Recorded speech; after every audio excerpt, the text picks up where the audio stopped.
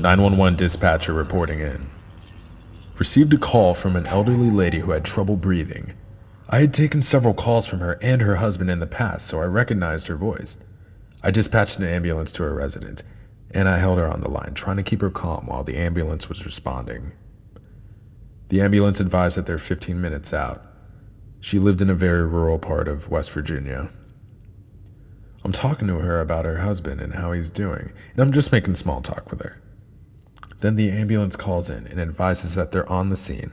I let them know that she's in severe respiratory distress, and I still had her on the line. I let her know the ambulance is coming to the door to go answer the door, and she says okay and hangs up the phone.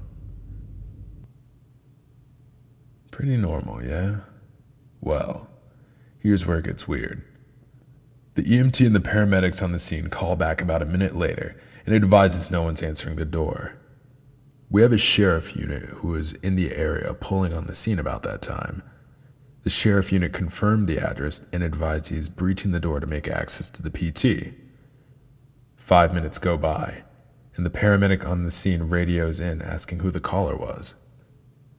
I advised that it was the elderly female who lived at the residence.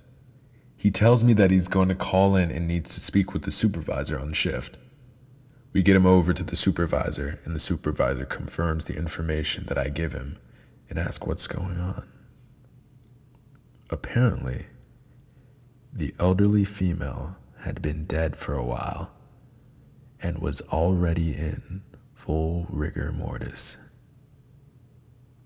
They thought I was wrong on the caller, but the other dispatchers played it back and confirmed that it was the female who called. The ambulance transferred the hospital, and we got the same calls and disbelief from the doctors. So, I took a call from a ghost.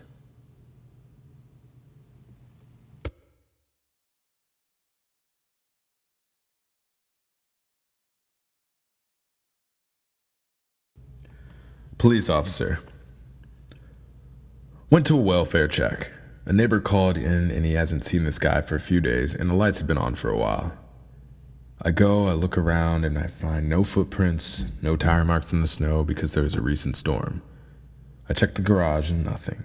I checked the house, which was unlocked, and I found the guy's cell phone, keys, wallets, cash, and the TV was on. That's when I realized that this was now a dead body search. I looked everywhere in and outside the house and around the garage. There were several old junk vehicles on the property, but again, no tire marks, no shoe prints, or anything. I called all recent numbers on his phone, and no one's heard from him. Only so much I can do. I issued a BOL, and we started getting the NCIC paperwork ready. The next day, the day shift officer goes over to follow up.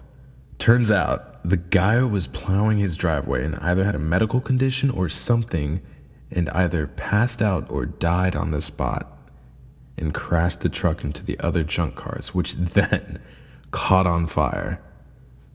The investigation leads to the fact that this happened a week before I got this call, leaving only a pile of bones in the front seat covered in snow.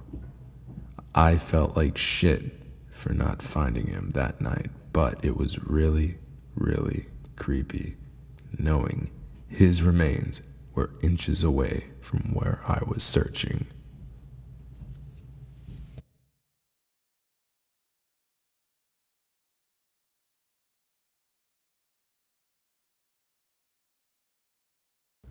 This one wasn't mine, but from an EMT friend. It's also maybe not so much creepy as nasty, but it makes my hair stand on end whenever I think about it. In one of the apartments in a nearby city, the apartment manager went to investigate a really bad smell in one of the lower units. Apparently, people all around it were complaining. Once he saw what was up, he called the ambulance. First responders show up, which includes said EMT friend. And there's this lady sitting on the couch. There's also something squirming going down below her underpants area. So they check her out, and in the process remove said undergarments. Out falls a swarm of maggots. Yes, her lady bits were covered in them.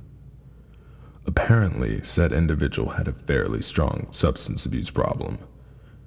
Some of the needles she poked into her nethers caused an infection. This led to rotting flesh, which attracted flies, which in turn led to maggots.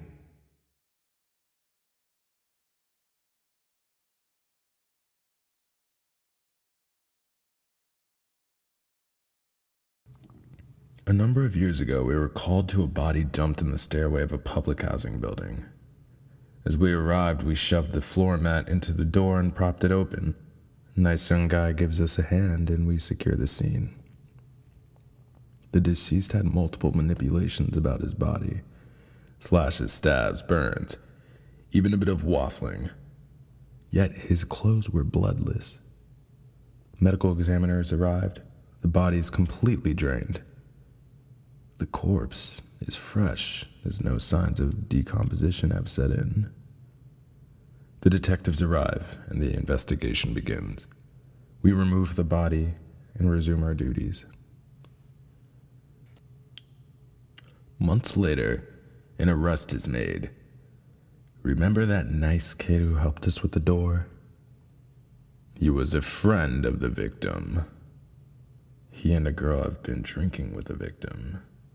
An argument started between them, so they beat the victim unconscious, tethered him to a chair, and proceeded to torture him for 2 days. After he died, they drained him in the tub, changed his clothes, opened the apartment door, and threw him down the stairs. In case you were wondering, there were 0 911 calls for the period of time that he was being tortured. Those apartments are very close together. I would imagine 2 days of torture would make a bit of noise.